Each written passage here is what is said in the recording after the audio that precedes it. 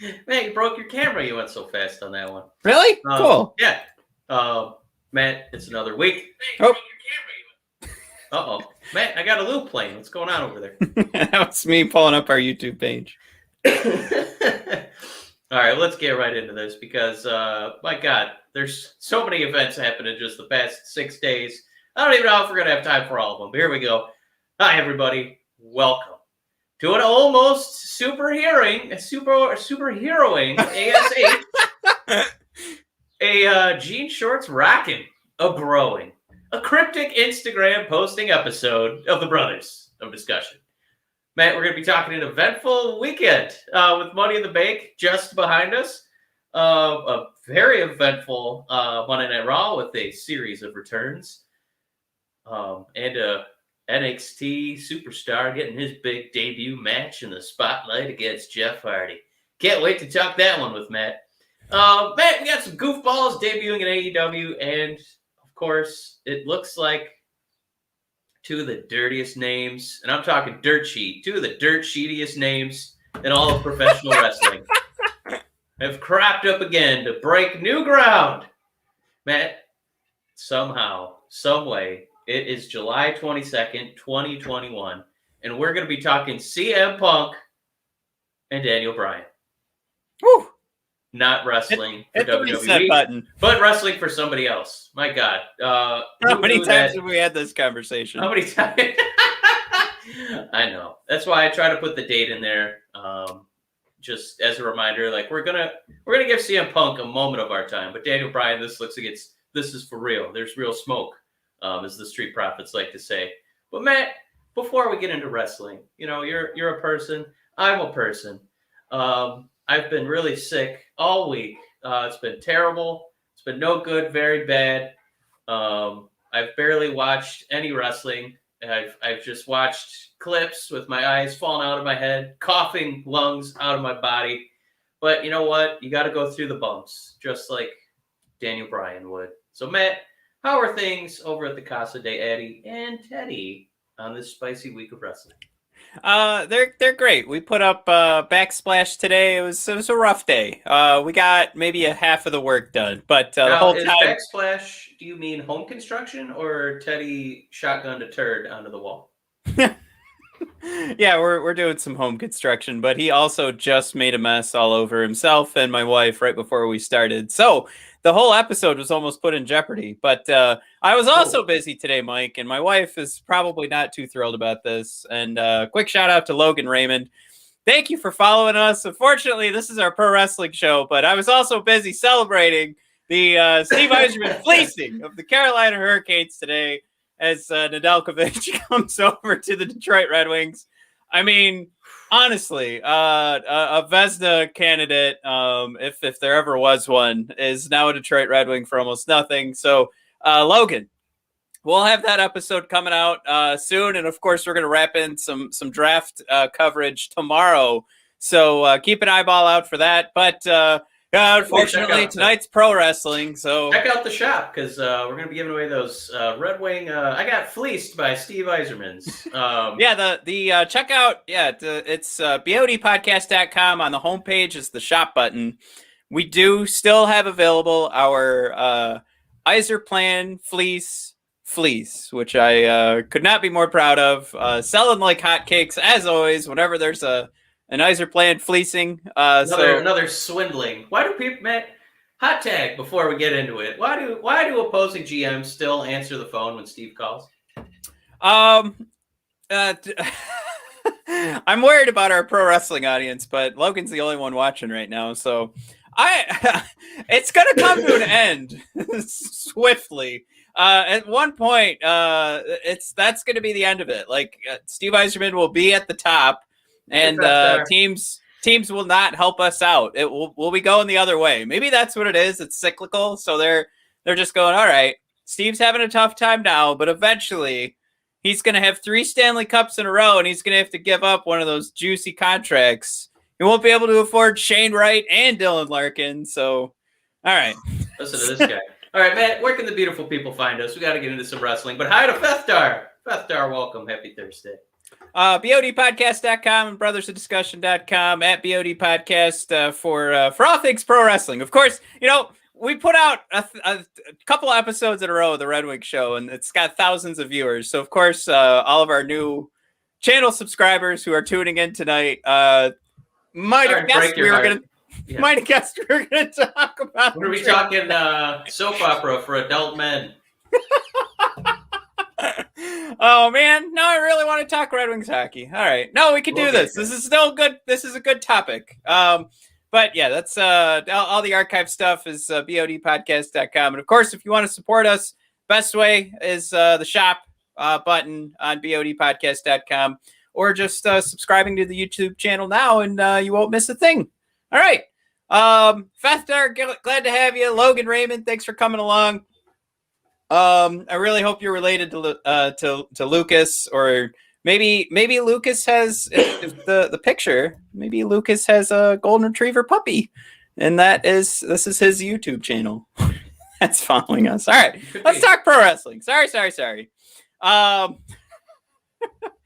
We've got Mike. Which one do you want to talk about first? We've got two guys. This is the topic of the show. Mike, if I may steal from the Kind of Funny boys, Tots, which is the topic of the show. Daniel Bryan and CM Punk both making waves this week. Moving. I don't know. Signing with AEW. Mike, the scales, will they tip in AEW's favor? We are a week removed from releasing our video, which I highly recommend y'all check out. I actually took a lot of time to produce it, and I'm very sad nobody watched it. But it is our top 10 wrestlers that if they jump ship, we would be done with WWE, and including Daniel Bryan. And you mentioned Mike CM Punk, and I think we just kind of threw it out there. But those two things happened this week after we had our little video, so everybody go check that out. Mike, we'll start with what you said before we even started recording. Yes. One of them seems real. One of them feels like a tease. Yeah, the Punk one definitely feels like a tease. He was just basically playing Alan Parsons Project, that Sirius song that Michael Jordan used to come out to and return to for the Chicago Bulls. But we're not buying it, Punk. We just want to acknowledge it because his trolling, even though we know it's trolling, we still love him so much that knowing that this troll is trolling us, we still give it the time of day. And here we are doing it on this show. But Matt, it looks like there's actual smoke in the Daniel Bryan to AEW fire. The usual kind of goofs putting that news out. The Meltzers of the world. And the appeal for Daniel Bryan is that he desperately wants new matchups before he's got to hang up the boots forever. He's looking at the Okadas. He's looking at the Omegas. He's looking at the Jungle Boys. He's looking at the MJFs. These are names that he's dropping. And yeah, for us, it's not just fresh matchups. It would just feel, again, like Bryan Danielson would get real freedom. And as much as I would love to, see him, jump ship and, hear like a classic rendition of the Ride of the Valkyries instead of the rock version, I think that would be the most electrifying moment in professional wrestling history. Even at this stage of his career, it feels like it's real. He hasn't fought since he lost to Roman Reigns. He's kind of been a ghost, and it kind of feels like he's been waiting for his time to be up so he could go sign somewhere else. Man, it's going to happen.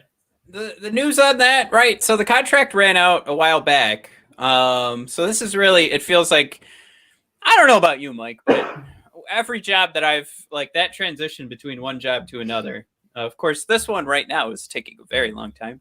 But before, when I did work, I would take a couple of weeks off, if not a month, to kind of relax, maybe take a vacation, spend some of the money I made and have a reason to actually go back to work. All that stuff figures into the plot of having a little bit of fun.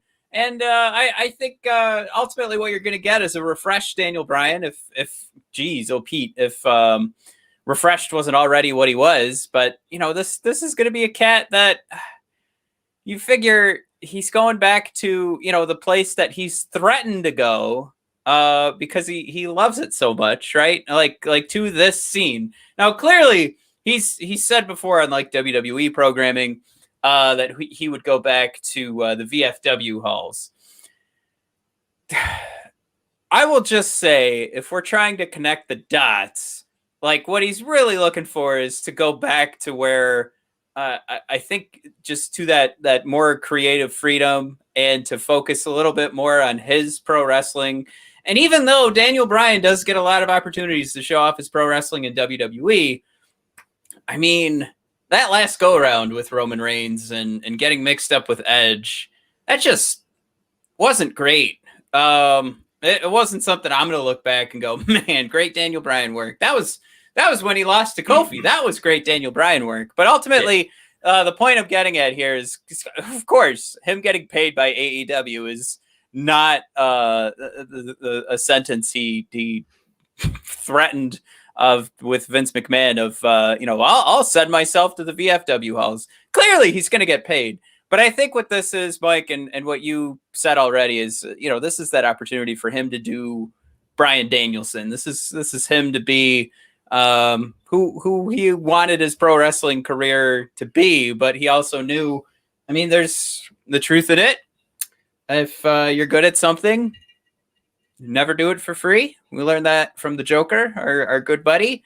And there's too much truth in that. And Daniel Bryan absolutely should have been paid those WWE contracts that he got. But if he's wrapping it up soon, he's got to get in the ring with Kenny Omega. God damn it! Again, I guess. We've got to touch those opportunities. This definitely. I mean, we've seen people jump ship, right? Jericho started it. Cody started it. Now we see people like Big Show, Mark Henry.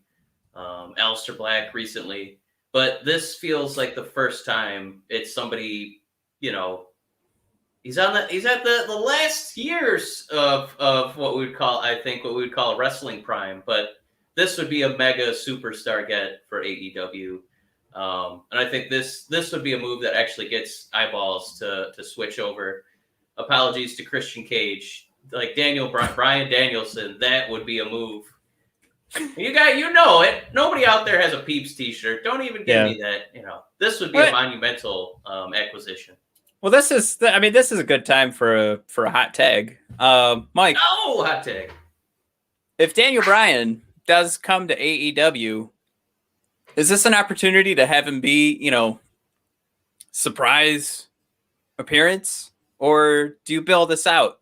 Do you get people to buy tickets? You get people to tune into your show because Daniel Bryan's going to show up. He's going to come through the curtain, or Bryan Danielson, whatever, the American Dragon, whatever. I think what we've seen in recent history where they will advertise that somebody's going to debut, I think it kind of lowers the pop that you would get. And I think AEW would want the biggest pop for the biggest acquisition of all time. This would be absolutely something I would say for All Out, and have Daniel show up at the end of the show, and that place would explode, and social media would not know what to do with itself. It would be the moment I think they were planning for when they tried to blow up Jon Moxley and Eddie Kingston. Yeah. If they advertise Daniel Bryan is coming, that would be the sparklers. If they just let him come out and get the pop, get people talking, and then Dynamite numbers just rocket through the roof, that would be the way to go. If that happened and you were there, Mike, if you knew the date, would you cheer out of, like, would you just go ape shit? Would you not be able to stop screaming, or would you watch in awe and just patiently wait for him to speak? Oh, I suppose there'd be a lot of screaming, a lot of kicking, a lot of jumping, high-fiving strangers, hugging strangers, kissing strangers. And then, we would all just be throwing every Bryan Danielson chant we know. Matt, I'm sure you and I don't know enough of his indie chants. We'd be, left with our hands in our pockets for a few moments while we play catch up. I don't know if there's an American Dragon chant, but we'd learn that pretty quickly. So yeah, I think it would be just jubilation that the mighty king WWE lost one of its pillars of strength. But Matt, I want to ask you something here because this is all still kind of up in the air. We're still waiting for Daniel to come out. We actually did have some people come out, Matt, and this is one I can't wait to see the emotional swing on your face because this week on Monday Night Raw, Karrion Kross debuted on the main roster.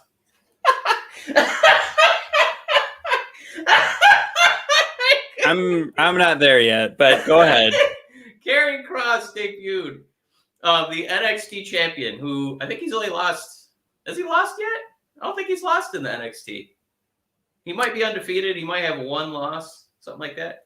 I mean, yeah, he went down with his NXT title because of an injury. So there's a lot of wins in there. I'm sure there's something in there. So NXT champion Karrion Kross, who has single-handedly dismantled all your favorites, Ciampa, Gargano, Adam Cole, Balor, all of them. He comes to the main roster. Matt, also debuting, Jeff Hardy, his No More Words song. Matt, I haven't heard a pop like that since Jeff and Matt returned at WrestleMania. And Karrion Kross, like the rest of us, just fell hard for that wonderful No More Words song and lost in 2 minutes. Matt, you know what, Mike? I got text messages from people I hadn't spoken to in a long time when Matt Hardy and Jeff Hardy came out saying, "Oh, man, are you watching this? Don't you dare diminish that moment by comparing it to that No More Words song." What would you rather have, Matt Hardy or No More Words? The Matt Hardy moment or this No More Words moment?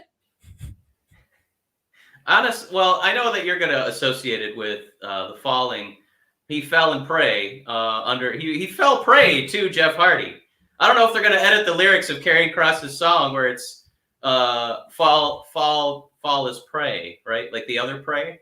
But Matt, Karrion Kross lost in 2 minutes to Jeff Hardy.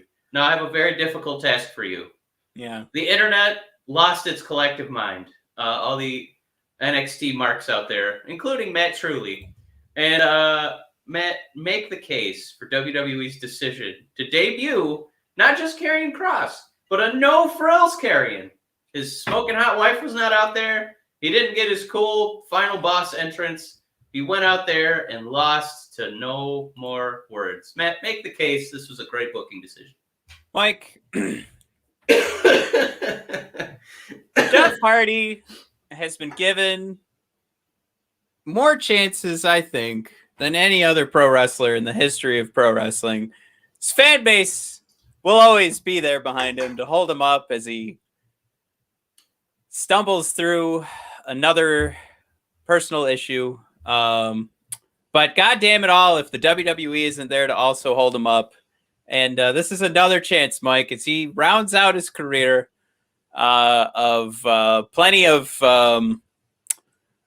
let's see, so you're accidents. Making the case for Hardy winning, right?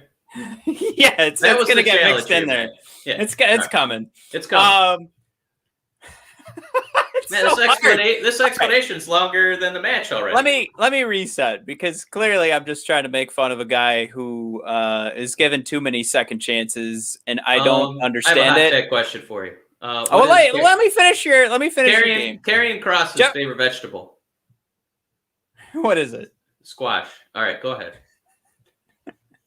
All right, so you got to think that Jeff is winding up his career with WWE, I guess. So they're going to give him a little bit of a mid-card shot, and this is the best way to do it. He's going to climb his way to the middle and then lose triumphantly and head out the door. How's that? Wow, that looked like it hurt. You probably got an ulcer trying to do that. Are you okay? No, just look. Oh boy, here it comes. It makes no fucking sense. Oh, Matt drops an F-bomb. You've had Karrion Kross defeat everyone that has meant anything to that brand of NXT And you want me to believe that this is good episodic television, and I've run it into the ground over the last couple of months because it has been unwatchable.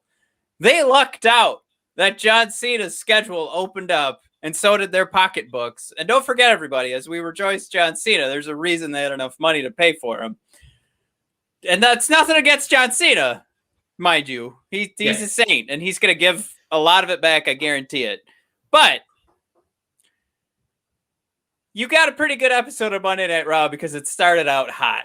But that kind of booking where you're taking away the focus on somebody who is actually bringing people to watch your other television program on Tuesday nights, that people are tweeting about this guy. This guy, he puts in the time. I've tweeted at him a couple of times, and he actually goddamn responds with a joke. He actually cares about these people that are watching the show, even though it's close to 1 million people that are probably tweeting at him. He's still taking the time to go, I like that tweet. That's pretty funny. And so he's the guy who appreciates his fan base. Yeah. He's clearly put in the work because I love his matches. And I know a lot of people struggle to make a connection. I've seen people go, what is Karrion Kross? Shut the fuck up. There are so many goddamn wrestlers out there where, this is a guy who's clearly coming in and saying, I am a badass. Like, this is the character of Karrion Kross, and I'm going to kick the shit out of you. And people make fun of his attire. They don't understand what's up with the music. Is he supposed to be supernatural? No, he's just psyching you out because he's going to kick the shit out of you. That's what Karrion Kross is. So I used to be killer. But to have Jeff Hardy just make a joke of all of this. This goes back to when we used to get mad at those promos that would take like the Wyatt family and turn them into a joke. And people love doing that because it was easy. You make fun of the way they dress. You make fun of, what those characters stood for. The backwoodsiness and how many jokes are there about incest and things like that. Those jokes actually were on Monday Night Raw for the Wyatt family. And the reason that the Wyatt family struggled isn't because of fan support. It's because the WWE told you that you didn't need to care about it. And this is another instance where they're telling you, you don't need to worry about Karrion Kross. Dare I say, Mike, they're telling you, you don't need to worry about NXT because the real wrestlers are on Monday and Friday. And it's because of honestly, it has to be because of some sort of deep down, Vince feels the heat of a show that probably does better storytelling than he knows how to do. And he just wants his guys, his wrestlers, I made the decision once to have Jeff fight The Undertaker, and then I let him win some championships. He wants to see his boy go over what has been created in NXT, and that I honestly believe that to be a part of it. And I guess there isn't too much else to say, but no, it's infuriating. I think what you're trying to say is the time has come and gone for words. 1,000 threats I've heard before. Words are cheap, but lies are big to take. Woo! Fethstar says Raw and SmackDown don't know what goes on in NXT. It's the disconnect. They're different departments that don't communicate, which is a wonderful time to point out that I think the leadership needs to get involved. And when we take a look at the top of the ladder, that would be VKM, the old man himself. So what the argument for this booking decision that I heard, that I preface it again, I wasn't 100% sold, but I could kind of see, maybe 10% of this I could get on board with. Here's the case. All he does is win matches, and NXT, he was undefeated. That's a storyline that, it's easy to get bored of, because once you lose, that person loses their value for a while, and they gotta, reestablish it, right? It was actually kind of a boring part of Asuka right? Once she stopped doing that and we learned the real Asuka, I think that's when I really started to like love her performances. We've seen it, with like the Miros of the world. There's, when he was Rusev, a lot of monster heels do it. So the case is, if he comes up and we just get the winning streak out of the way, it's over. You don't make it happen on a pay-per-view. What he's going to be able to do, Karrion Kross, is have his large moment not be so much about, if he can just beat every single person on the roster, but have a real feud against the babyface of babyfaces, because like you said, no matter how many times Jeff Hardy screws up, he still wins over the crowd and he still has polish on him and they still root for him. The guy, he can't do wrong in these people's eyes. He's just always baby face. He won that match on Monday. He cheated. He put his feet on the ropes and he's still the baby face. So the argument for this booking decision is that you let Hardy get over on him once or twice, and then they have a massive payoff where Karrion just annihilates him at SummerSlam. And instead of them, Kross just coming up and, winning, 3 or 4 matches in a row, and then it's just kind of another squash at SummerSlam against, I don't know, the 4th babyface up the ladder, maybe a Ricochet or something like that. You have him start out with, one of the WWE legends. And Jeff Hardy has been doing this for 30 years. He is a legend. And you give him a feud to start some with. people. You give him a feud instead of a winning streak. So it's still shocking to me to take what was such a valuable asset in NXT with an incredible resume and have that, be snuffed out in one night by, 50-year-old Jeff Hardy. But if they're just going to start their own story and not worry so much about streaks and just let this guy go against the babyface of babyfaces, I will be there at SummerSlam rooting for Karrion to annihilate him. And it's going to feel really good when it happens. I can agree with you there. And to go back on Fethstar's point, like, clearly they aren't communicating because there's a very important story going on in NXT. Like, as insignificant this is compared to like John Cena coming back, Goldberg coming back. You've got Big E holding the Money in the Bank. So everything going on in the men's division is huge. Absolutely huge right now. Yeah. The biggest thing going on in NXT now just took like a step down because you had to watch it going, all right, Karrion doesn't really matter much on the main roster. Like, we always, even though I think we've pulled back considerably from this notion of like, oh, you're in NXT, but one day you're going to be on Raw and SmackDown. Clearly we've pulled back on that. But there's just something about right in the middle of that storyline, making sure that this happens, that just like, that's the thing of it. Like, how could you not communicate? How could you not ask what's going on?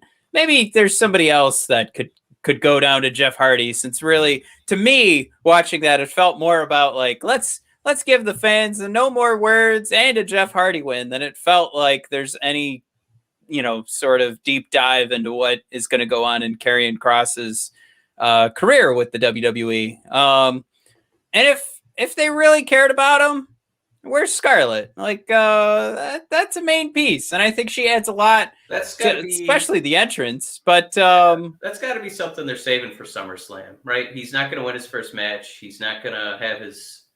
You hope. How many times have we said on the show, like, it's, what? They're going to make the right decision eventually. We should have to start writing those down, because I'm sure we're at 0% right now out of how many times we've said, surely. He's not going to have a Viking experience, okay? Just lighten up over there. Man, we had another return. Goldberg. Now, he came right after Keith Lee returned immediately to job to Lashley. Matt, go ahead and ask me. Go ahead. You see it in the notes. Why have him return to fall to the Almighty? I want you to make the case. Oh, Make the case, Mike. Why would he fall to Bob Lash? Matt, all of this is a Kane style path for Big E to get his dream match against Goldberg. Or should I say Goldberg? Matt, we just got a reminder that Keith Lee's alive and well, and he can still wrestle. That's okay. He went up against Lashley, who's been booked as the biggest monster in all of WWE right now. I'm fine with that. Goldberg is next. Matt, it's SummerSlam. It's the smart event of the season. You won't want to miss it. And I think in some capacity, this is going to be a moment and a night we will never forget. Because I have a feeling that Big E, he didn't get to win the Money in the Bank briefcase, but I think he's going to get to cash in at SummerSlam in some capacity. And this Goldberg versus Lashley match, and Matt, Goldberg, he keeps a grudge. An elephant never forgets, but Goldberg is also an elephant, I guess. And I think what we're going to get is Big E's dream come to fruition, and he's going to get to defend that belt against Goldberg. And the internet will just collectively forgive everything and every mistake that WWE's ever made. Matt, tell me you're on board with this fantasy book. I thought you were going to tell me why Keith Lee lost to Bobby Lashley.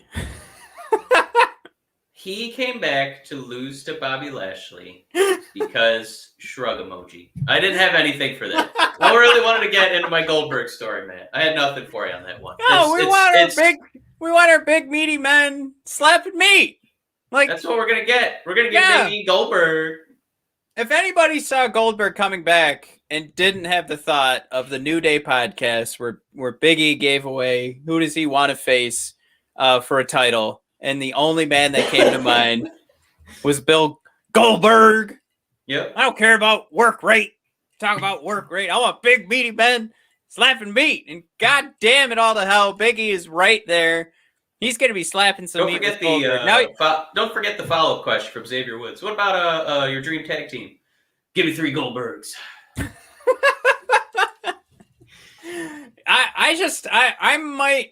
I'm a little confused as to how this moves in that direction. I would have guessed that Goldberg, like he's taken out everyone, is going to take out Lashley, but Big E's going to be the one to take out Goldberg. That's what I thought was going to happen. But yeah, I guess how does Big E get the title from Bob? There's just a middle of the summer, I guess, between now. So a Goldberg spear hurts Bob. Big E runs in, throws Goldberg out of the ring, pins Bob. So Bob didn't actually lose to Big E. He took a Goldberg spear, which is one of the most protected moves in the history of wrestling. And then Goldberg's upset that he didn't really get his conclusion. So then we get Goldberg and Big E for the biggest Survivor Series of all time.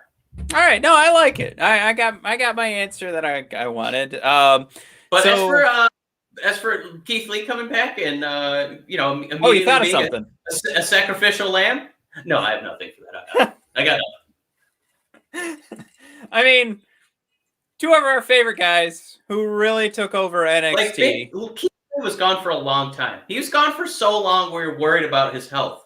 Right, because they said it was COVID related, and then he just disappeared. So we had to wait for Mia Yim to say he's still alive. Trust me.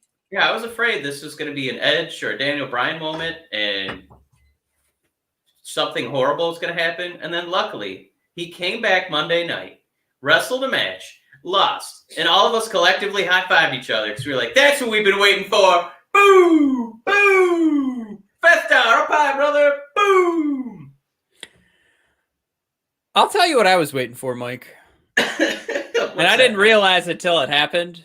Was it John Cena? It was John Cena. Oh my God. Was that not like... I really thought we were getting Goldberg or Lesnar, and for it to be John Cena... What an upgrade. That was so perfect. Yeah. That was that meme hitting the upgrade button. John didn't say a ton, but he did the next night. And Mike, even the back and forth with Matt Riddle with the bros, even that I was just like, God, I miss the hell out of John Cena, and I can't believe, Mike, that you and I went to a Royal Rumble in the last 10 years. We booed our And hearts out. But right, I couldn't. It was the first match of the night, and I couldn't boo the rest of the night because I booed so hard at John Cena and Randy Orton. And really, we're booing at the WWE and their choice for main event talent. But yeah, not, like looking back, like clearly, this is never about being mad at John Cena. It's always been the booking. But John even called out that booking, and like he just did such a great job. He calls out the booking through his whole career and says, like, I know what's going on here, but I got to teach you how to actually use that booking in your favor and to one day become John Cena, so that when you come back, you have the fanfare. You have the fans going absolutely apeshit. And Mike, I don't know how many times you watched it, like Sunday night into Monday morning, and I'm so glad I retweeted it through our account because then I could just find it nice and easy. But man, I think I rewatched that pop, I don't know, maybe 40 times, like easily 40 times. This is just something I didn't know I needed. But even on John's promo, and to get all of that, like your word was charisma. But I mean, the guy's just made for this business. And how many times have we talked about like not booking, but casting? And I mean, I know this guy's got Suicide Squad coming out next month, which I could not be more excited for. He's an actual actor now. And he makes that work, and he does a pretty good job. Not a great job. He does a pretty good job. But, man, the guy really does belong in pro wrestling. Like, he knows how to hype up a crowd. He doesn't mind doing the corny stuff, but then he also delivers perfectly. When he's got to get a message, he's got to get quiet. Chris Jericho's talked about it, a ton of time in his books and when he's doing interviews. Yeah. But it's always just that you got to get the crowd to, like, lean in. And he does that perfectly every goddamn time, every goddamn promo. Mike, I hate that there's like a dark staircase above you because I'm waiting for something to come jumping out and kill you, and you just looked behind your shoulder, and I was like, this is it. This is where Mike dies. Yep, that's the end. The Fiend is coming for me. Cena just brings an excitement that I don't know if any other legend could really do right now. Oh, we got a cameo from Becky. Hi, Becky. There's the murderer. Going to get a knife. It's only funny till she comes back down with a knife. But Andre here, John Cena got the biggest pop he's ever gotten in the last 16 or 17 years. That's a mighty long time. Glad that he's back. I don't know if the crowd really realized, like, in the aftermath, man, we really miss this guy. We really miss this guy who really loves this business.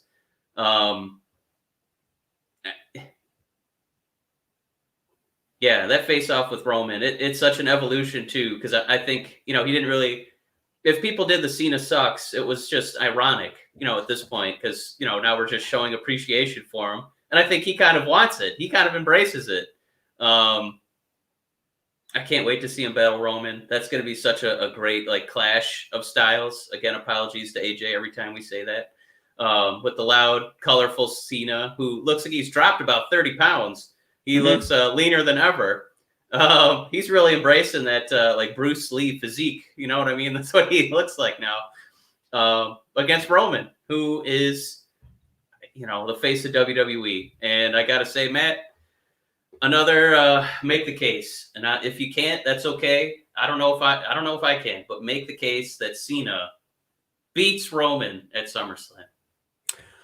Whoo, man. All right.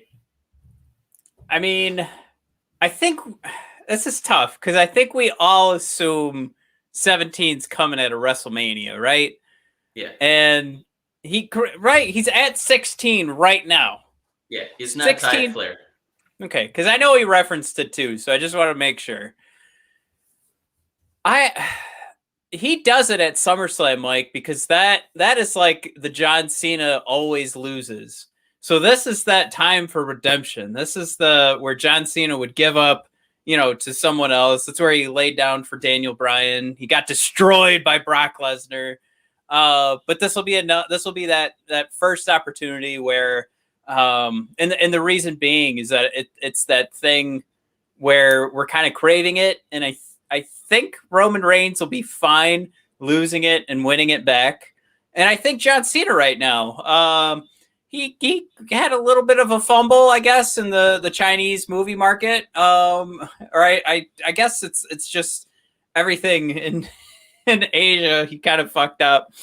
So I think he might need to take a little bit of rest from movies. Maybe that's what's going on.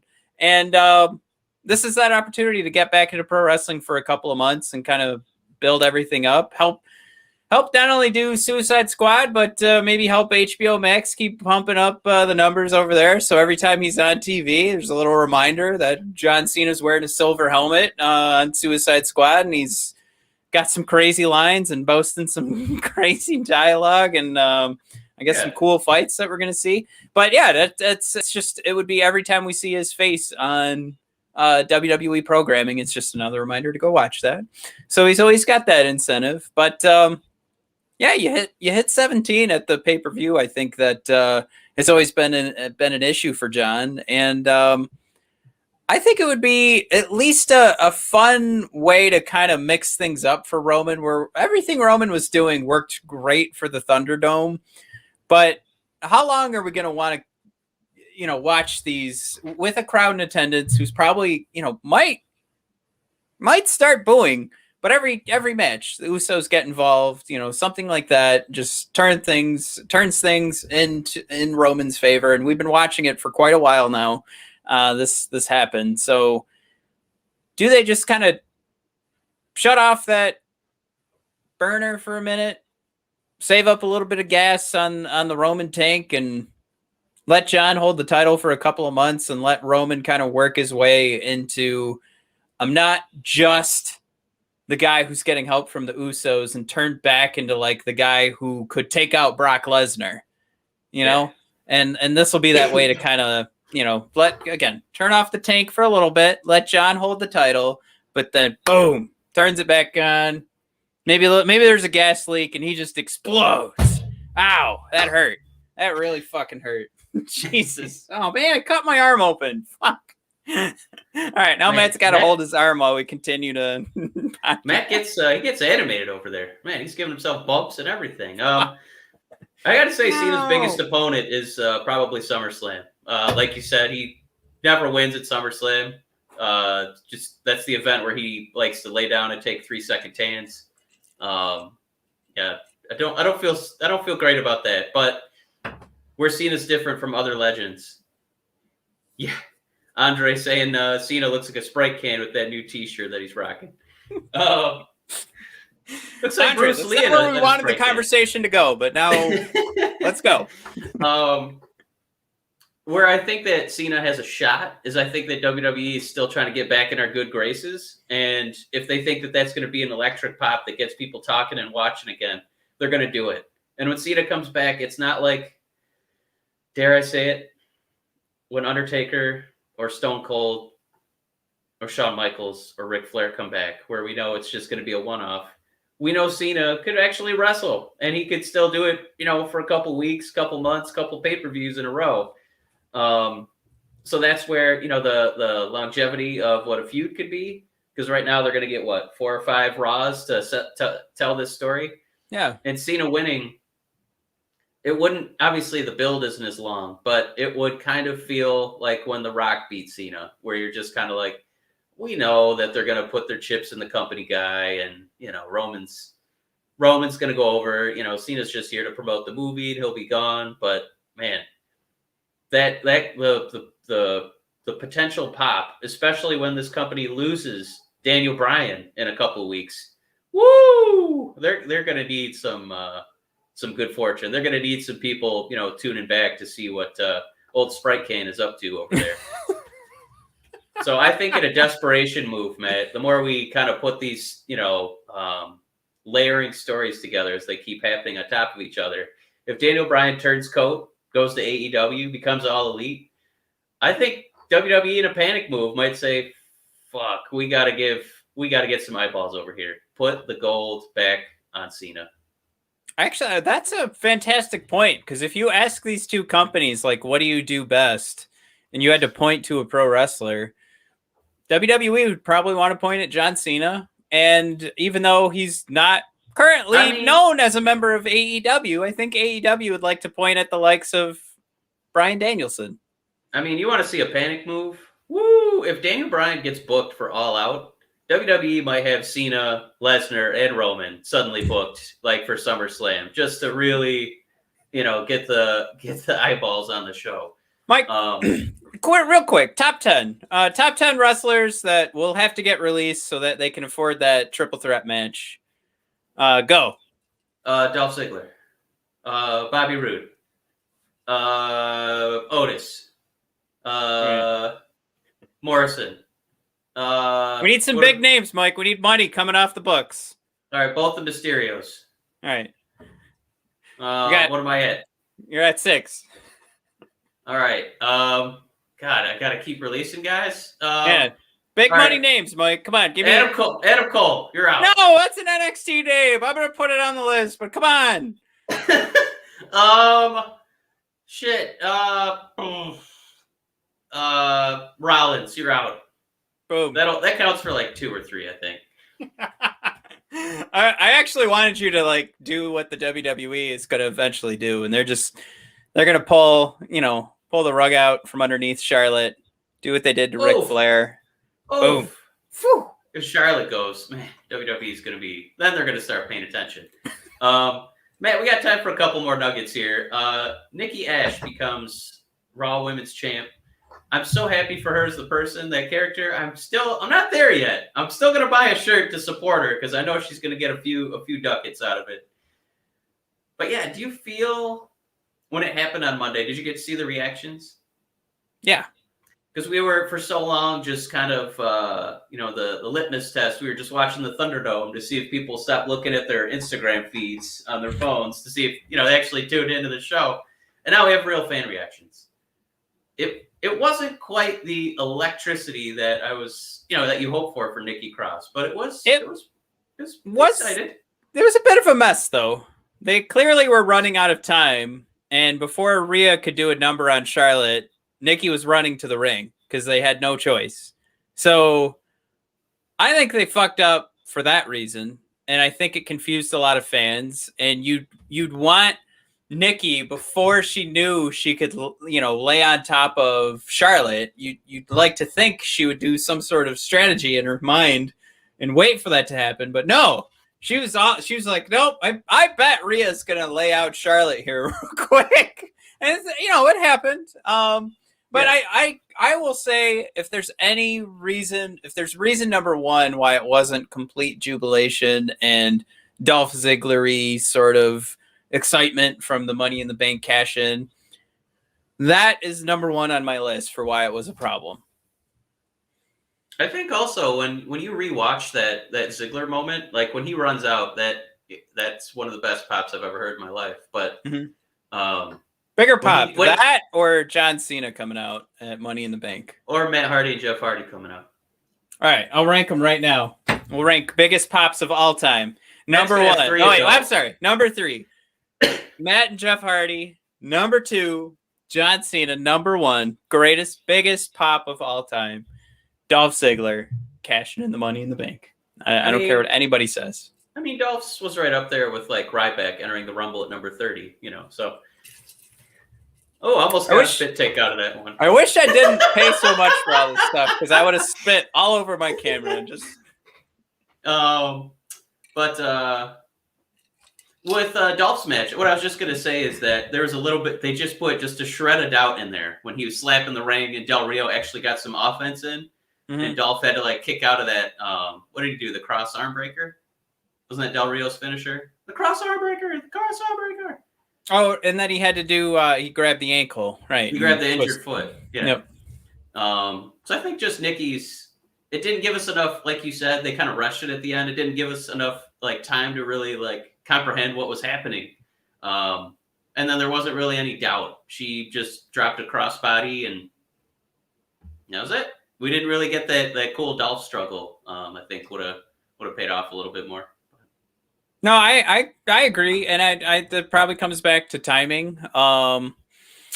But there's also an element of if she's coming out and Rhea hasn't even done anything, and we're all kind of in agreement that we want Nikki to hold the title.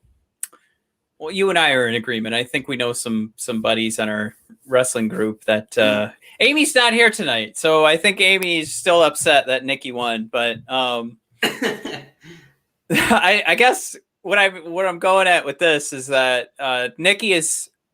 I think we all agree she's like a step below storyline wise, right? She's a step below Rhea Ripley and Charlotte Flair. So I expected more strategy. So when they announced that match, it never even popped in my head that she was going to come out and cash in the Money in the Bank. So I didn't even have that like, oh, I got to make sure I don't miss this because there's going to be a cash in. Like I thought there would be more to it. I thought we'd be waiting until Hell in a Cell. She'd wait till there were two, dead bodies in the ring, and then she'd come out and collapse on top of them and get a championship. But this came out of nowhere. I think you mentioned desperation earlier in the show. Clearly, they don't like where they were going with Rhea Ripley, and they just wanted to end that storyline. Or at least try and freshen it up somehow. And this was their choice. It's crazy too with all the names that we had in the Money in the Bank match that they chose Nikki, and she's the one to carry the Raw brand out of the Rhea Ripley era. Very short lived. Yeah, we talked about like the litmus test, not having to do the Thunderdome anymore, and you can actually hear the crowd. I think we all support Nikki the person, but it felt like the crowd was hottest for Liv at Money in the Bank. Yeah. Not just her entrance, anytime she got any offense in. And I just wonder if that's a spot where you maybe pivot away. But gosh, if they're gonna, make her the superhero now, and they said we're gonna go all in on this, we can't really be upset about, they did it. They try to do something a little bit different. And I don't want to totally punish him for it.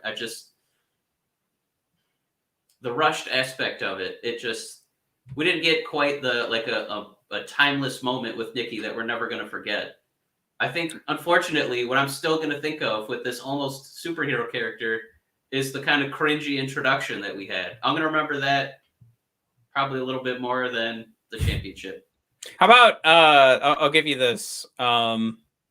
The other names in that Money in the Bank match, and I just want you to pick one that you think would make more sense for you knew that the title was going to change hands on Monday Night Raw. You've got who would you put money on? And we're not going to throw in Nikki, but you've got Zelina, Asuka, Alexa Bliss, Liv, Natty, Naomi, and Tamina. So you want me to pick someone who I would just be happier with, knowing that they're going to cash in the next Monday?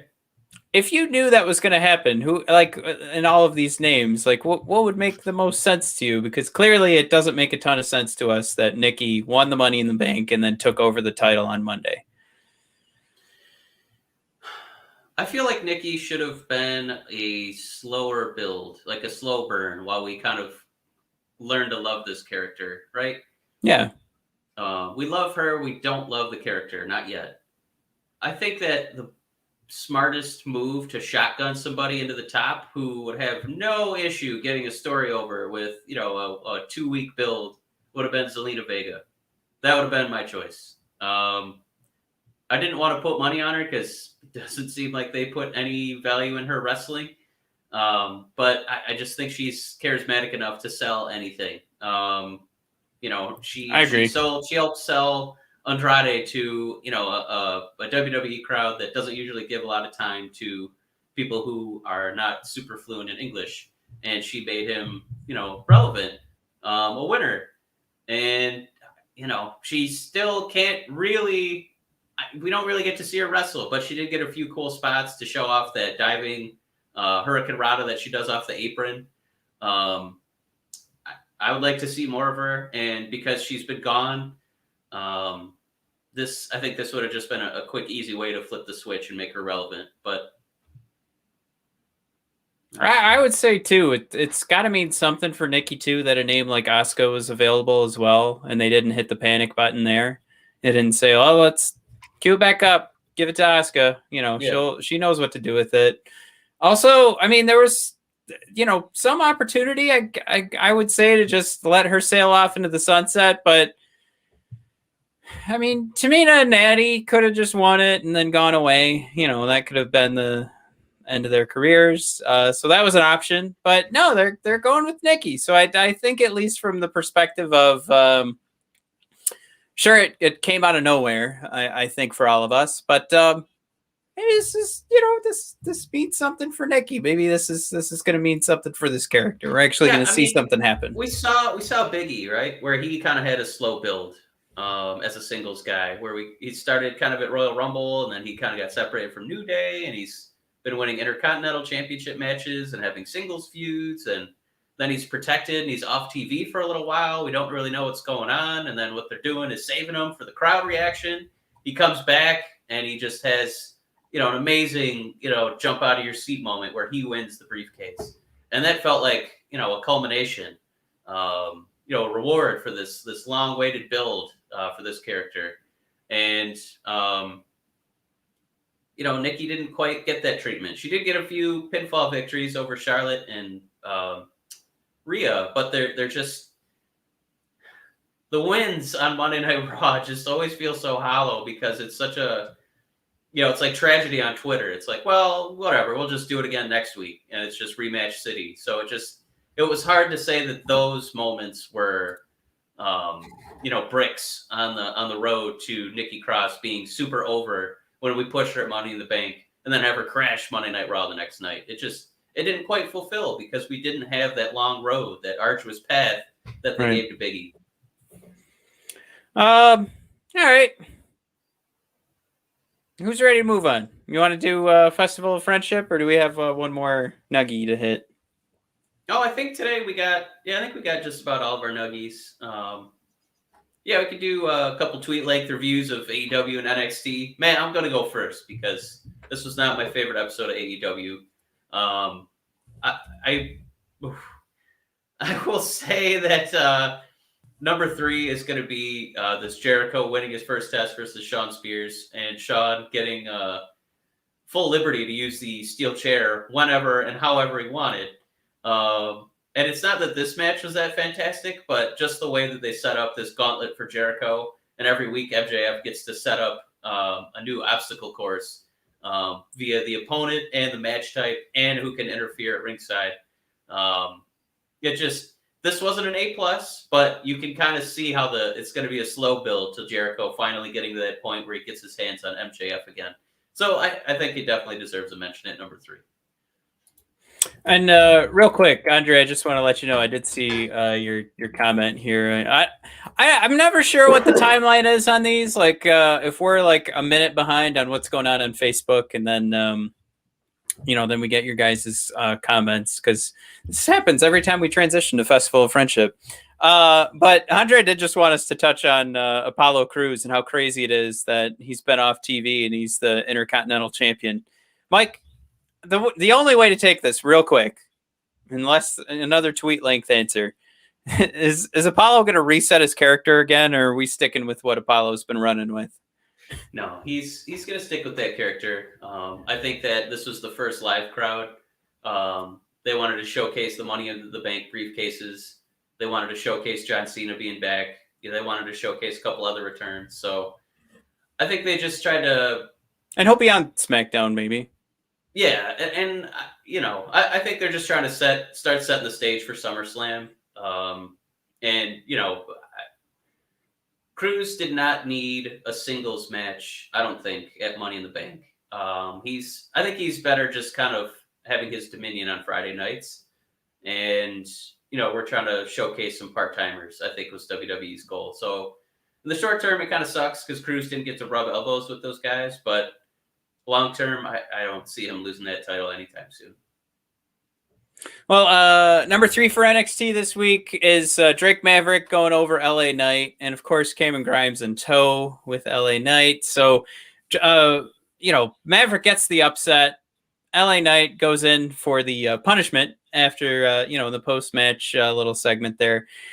And Grimes tries to save Drake. And this was a great moment. This is the start of, will Cameron Grimes just continue to do the job? And he showed he will keep, he's a man of his word. But clearly, this is the same kind of stuff where I'm waiting for Dakota Kai and Raquel Gonzalez to blow up. And not only was the championship the cause of LA Knight going down, but this will clearly lead to a wonderful finish for Cameron Grimes to either escape from LA Knight or get over on him. And honestly, this is a great comedy act with some good wrestling mixed in, because I think that segment alone, you've probably got three of the best wrestling actors in NXT who could not be more aware of what they look like.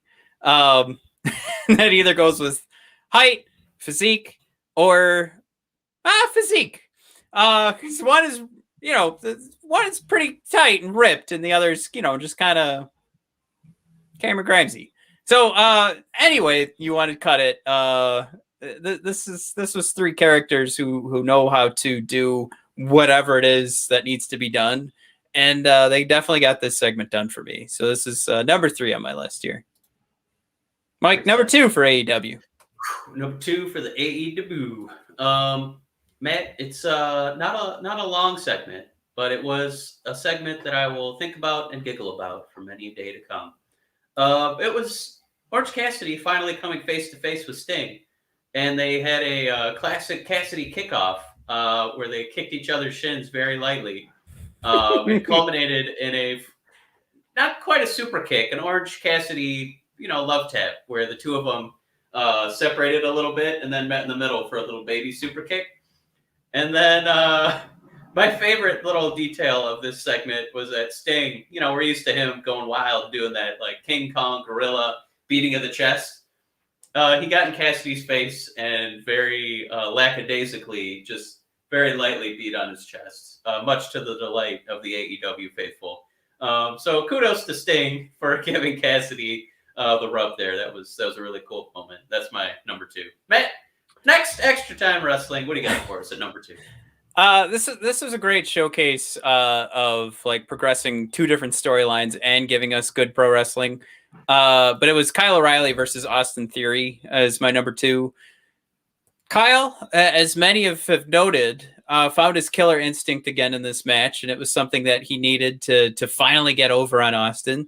But Austin taking the loss is really hurting the way. So he actually ended the night and the segment by looking for a cute little high five from his boy Johnny, and he didn't get one. So he stormed off. But also on the side of Indy Hartwell and Candice LeRae, we had I hear honking in the background. That totally threw me off. But Dexter Lumis is getting in the way there. So either the losses are in the way, Dexter Lumis is in the way, but any way you want to cut it, the way is really becoming quite a fun little dramatic piece week after week to see where it heads. And if anything, Kyle getting another win is good for his standing, because everything always feels like with Kyle O'Reilly that he's 2 or 3 weeks of losing in a row to just being the guy who hands out wins. And I'm not excited for that time, but it sure as heck is a coming. Do have another comment here. And Andre's on board with the Sting and Orange Cassidy, and also loving the LA Knight and Cameron Grimes angle. I can't get enough of it right now. Mike, your dishonorable mention. I would really like to see just like a comedy show between Cameron Grimes and Orange Cassidy. I would really like to see what they can put together someday. Dishonorable mention. It was just because of the fumbleitis here on the Pro Exchange, because Chavo Guerrero came out. My God, Chavo! He came out with Andre El Idolo. But my beef was that the quote was they're trying to recruit Penta. They're trying to break up the Death Triangle, trying to separate Penta and Rey Fenix away from Pac. And Chavo said a line that was akin to, you work for El Idolo now. You don't work for Pac. And Pac said, "They don't work for me. We're teammates." And Chavo kind of looked at Andrade and was like, "Oh.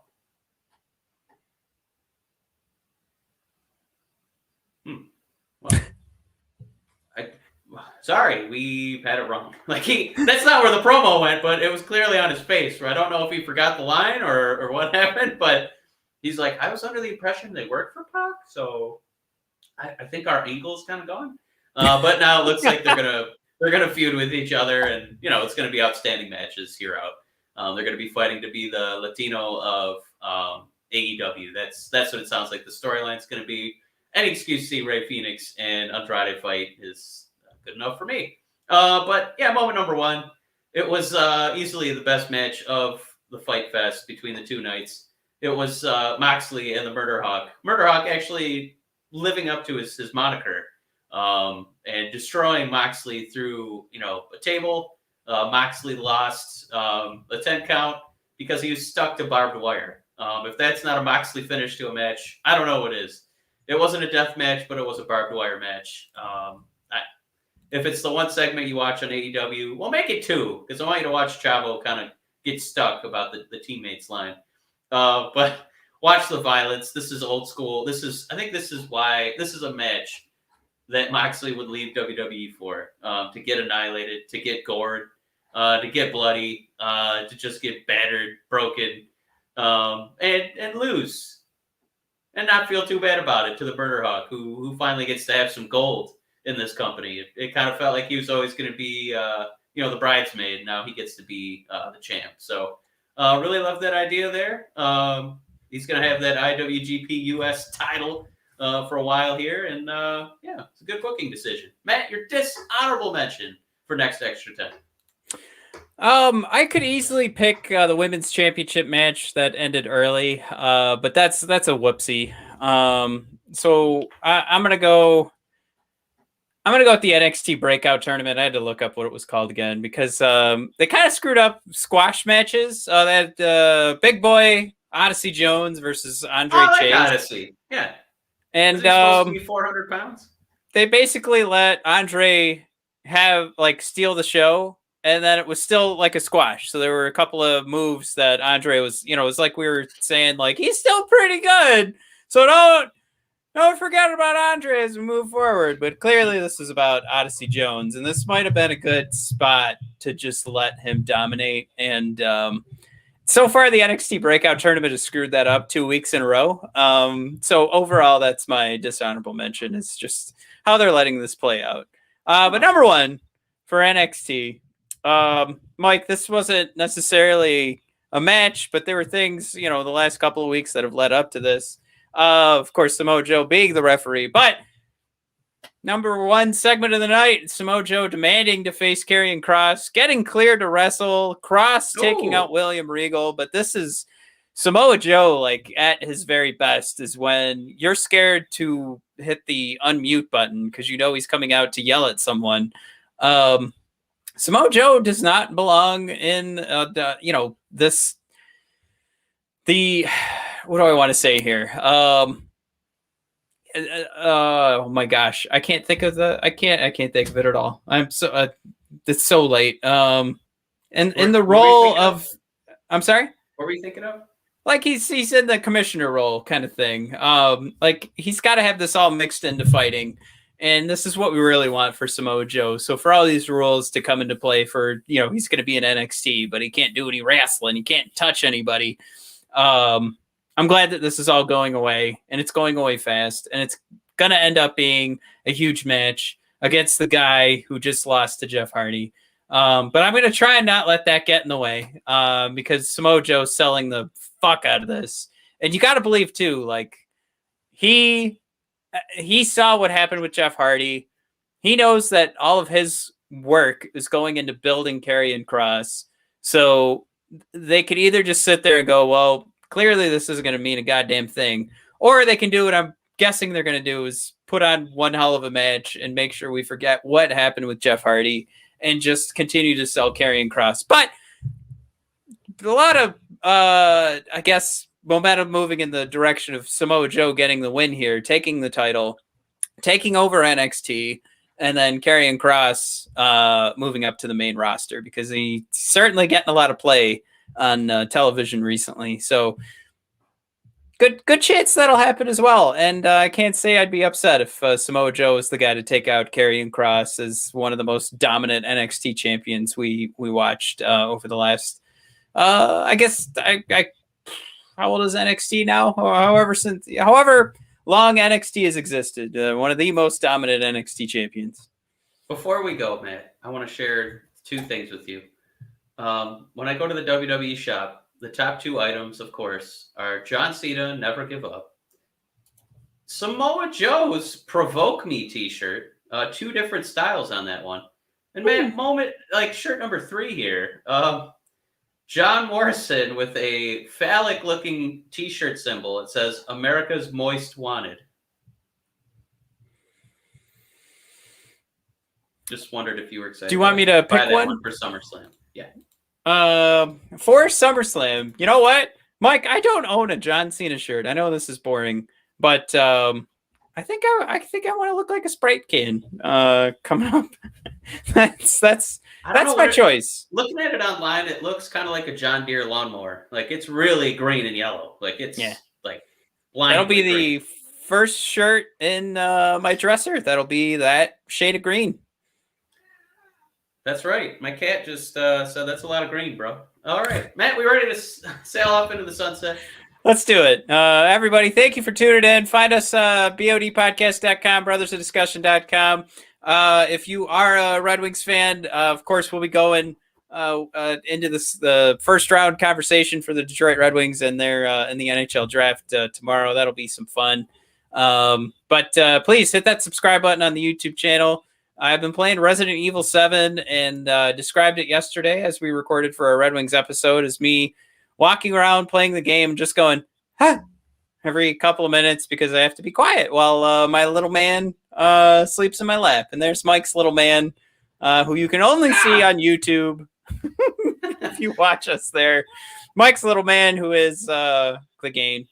Mike, what's his social security number? Of the cat? Yeah.